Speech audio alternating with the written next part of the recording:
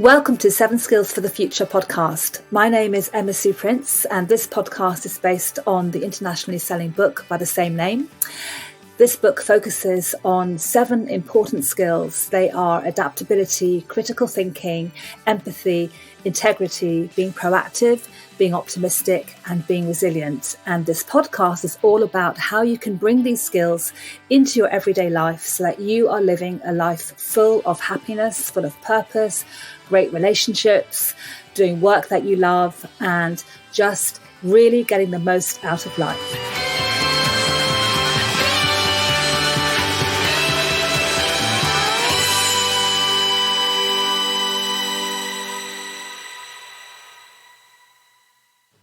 Welcome back to 7 Skills for the Future podcast. My name is Emma Sue Prince, and I'm joined by James, our producer. Hello, Emma Sue. Hi, everyone. And in today's episode, we're talking about why your critical thinking skills will save you. So critical thinking is one of those kind of buzzwords. People talk about it a lot nowadays, but what does it really mean to you? Yeah, so critical thinking, I think on first glance, it can seem quite philosophical. So, pondering and thinking and analysing, but it's actually so much more than that. And a lot of it today is about things like making decisions in very ambiguous circumstances, being able to manage information overload and overwhelm, understanding how our brains work and how to maximize that, as well as understanding the barriers that our brains can create. So there's a lot of things around critical thinking, and it's also about the ability to be creative and resourceful, and something called T-shaped, which is actually about being able to understand concepts across multiple disciplines. So having a really good, deep understanding of more than one field, as well as having a range of competencies and skills in others. So I think that's quite relevant now as well. And it's also about developing fluid thinking skills, not second guessing everything, being comfortable with uncertainty and incomplete information. So these are hugely important skills, and we do need them more than ever. Why are they so important right now? And we have to address the title. I mean, you say that these skills are going to save us.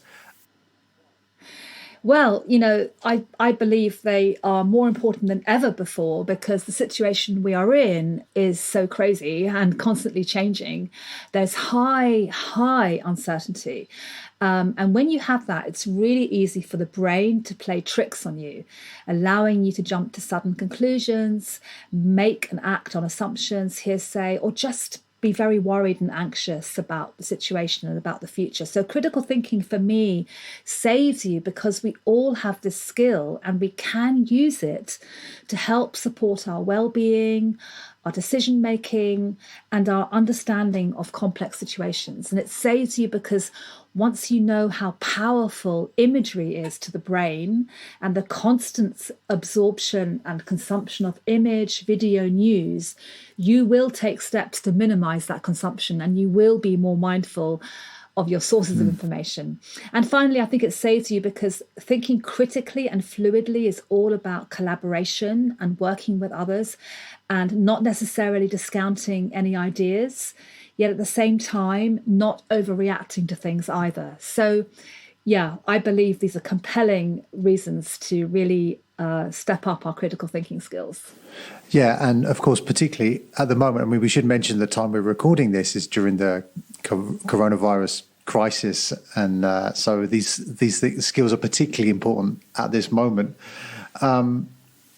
So what are some of the barriers to thinking critically?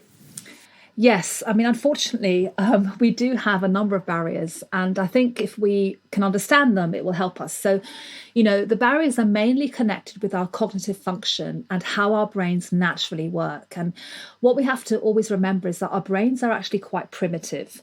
The ways we think and react are connected with quite ancient responses. And the second thing we need to understand is that any kind of tiredness or foggy brain or lack of focus that we might be feeling at the moment are all a trauma response. So they're part of the fight, flight, freeze response to threat, which again is quite ancient. So And things like, we may be experiencing a bit of memory loss because the body will shut down non-essential parts of the brain as a self-preservation effort. So I think just understanding that our brains are really very instinctive and primitive in how they react to things. So there may be a whole bunch of those different things going on. What that can look like as well in practice is that, so for example, one of the things that we do anyway is we make assumptions instantly. And regardless of crisis or no crisis, this is what our brains do. And it's the brain's way of categorizing any stimuli and information. So a bit like a computer, the brain will search automatically for a reference point to link something to. And that can be positive or it can be negative. So let's say, you see a piece of news about coronavirus and your brain will automatically, A, look for the negative. Again, ancient survival response. We're biased to look at the negative. B, make an assumption and translate it into words. For example, that's a catastrophe. I'm going to get ill. I'm going to die. Someone close to me will die. What an idiot this politician is. And C, we will believe that assumption. And in our heads, it becomes a fact, even if it's not.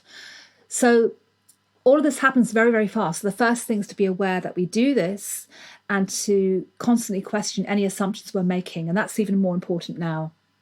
And there are other barriers. So another barrier to thinking critically is trusting hearsay. So this is rampant on social media and in our conversations. And it's really, really easy right now for many people to bounce from news to social media, to what other people post and what other people say. I'm somebody who, doesn't look at the news that much and doesn't use social media that much, but that behavior has changed in recent times. I'm doing it more. So, it's very easy for us to do that. And it's something, we do, but we're much more prone to it during uncertainty because, when I'm doing that, my brain is looking for information because I'm trying to survive, so this is what's happening. And most of the time, unfortunately, my brain is looking for information that will confirm my fears. Yeah. So, this is called confirmation bias, and it's another barrier. So if we feel afraid, then we'll subconsciously look for examples of news and information that will confirm that fear. Or we'll listen to someone else's fear and it will feed our fear. And, the same is true of the opposite, so, it can just as much go in the opposite direction in terms of positive things. But, it's a hard one to overcome. And probably the best way is to be very, very stringent about your sources of news and information and check facts. And that's really hard when there is so much out there. If we thought we were being overwhelmed before by information overload, we've probably got double now what we had before. And then I think another barrier worth mentioning is that when we're anxious, we'll get very anchored to our current situation, especially our emotions.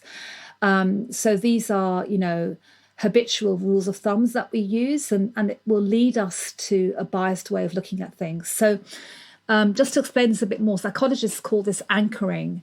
And the emotion is called affect heuristics. But actually, the reality is we have been through epidemics and pandemics. We've been through world wars. And I mean, not you and I, James, but, the world has, economic depressions, natural disasters. Throughout human history, we've been through these things. And we often underestimate how resilient we are. We often think that we won't be able to cope, but we actually do. And I think our current thinking, what can happen is that we will believe that nothing will ever get back to normal. This is how it's going to be now and forevermore. And it's true that things will change, but it's not often as drastic as our minds will lead us to think it will be. So again, it's that survival kicking in. And those are probably going to be the main barriers right now for our critical thinking skills. Okay, so how can we use our critical thinking skills to help us in the middle of all this, what's going on right now? How can they help us? Yeah, I believe there are lots of things that we can actively do, and I'm actively doing these at the moment, I would say. And one key thing is to understand that the the more and more anxiety and overwhelm we might be experiencing, the more that will lead to decision fatigue and almost a paralysis and inability to do anything. And we can fall into that quite quickly. So anything we can do to minimize overwhelm will help us think more clearly and think more critically. That means paying a lot more attention to anxiety, because regardless of whether you're naturally anxious or not, everyone will be experiencing moments of anxiety now. So it's kind of uncomfortable. And the easiest way to calm stress and anxiety is to bring ourselves back into the present moment.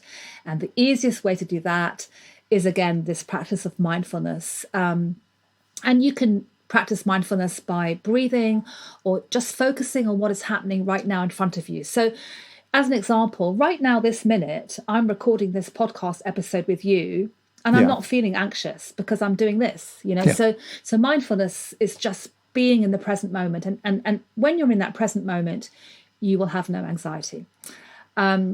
Another great way to support critical thinking is having structure and routine. So this is really important now. The more routine that you can put into your day right now, the easier it will be for your brain.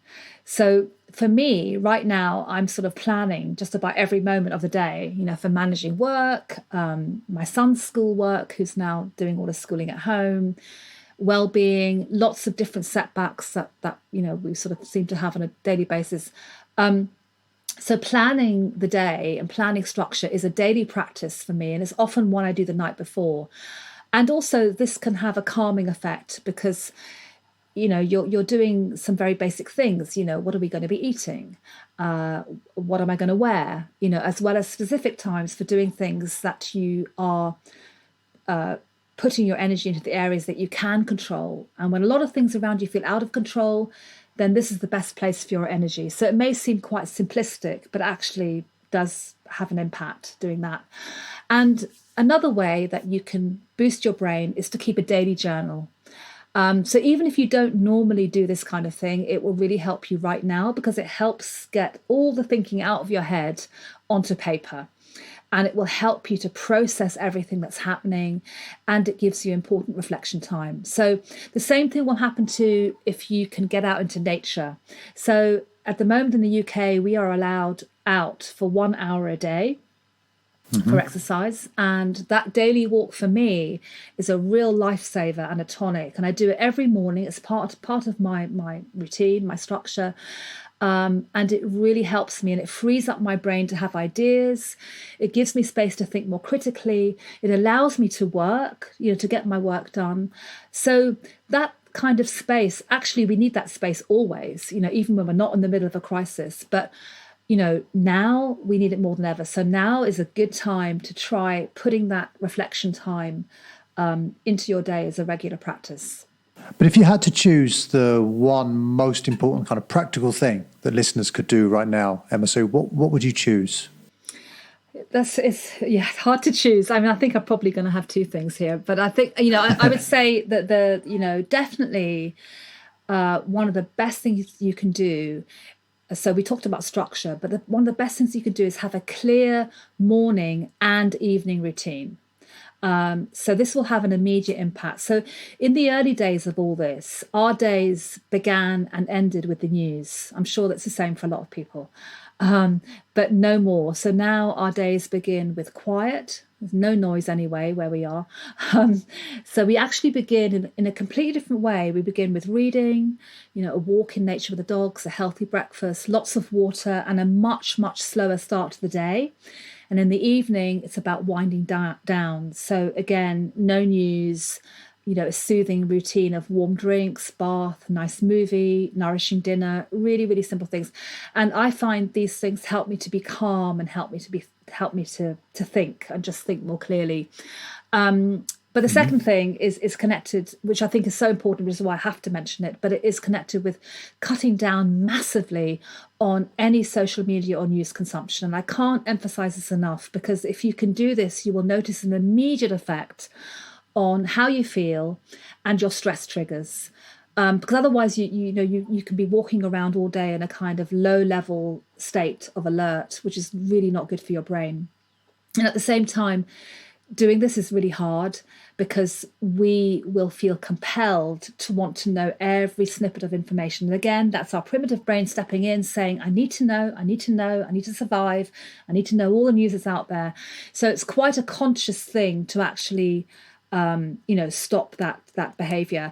And as soon as I became aware of just how much I was watching the news, which was like triple what I used to, and the impact this was having on me, a really negative impact, I just made a conscious decision to step back, and the effectiveness of that was immediate. So, I think when we can make changes that have an immediate impact, it really helps, because you can talk about all the different things we can be doing or should be doing, but a small tweak that you experience something positive straight away, you're very likely to then repeat that.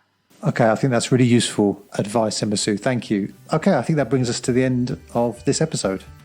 Yes, it does, James. And I really hope, once again, our listeners have got some ideas here and some tips that they can take into their everyday. And really, this was a kind of different take on critical thinking, but we need to use our brains. We need those skills, because those skills will really help us right now. So thank you so much for listening, and see you again next week.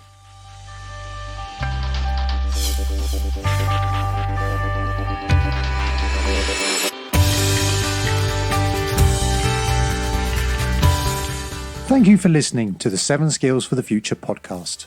There are all sorts of things you can do to boost each of the 7 skills. If you want more ideas, you can buy the book, 7 Skills for the Future. You can also go online to our website, Unimentor, and join as a member, and you'll be able to access more resources, ideas, and free downloads.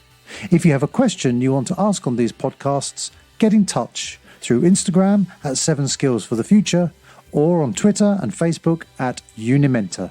And don't forget to subscribe to this podcast on Spotify, Apple Podcasts, or your podcast player of choice.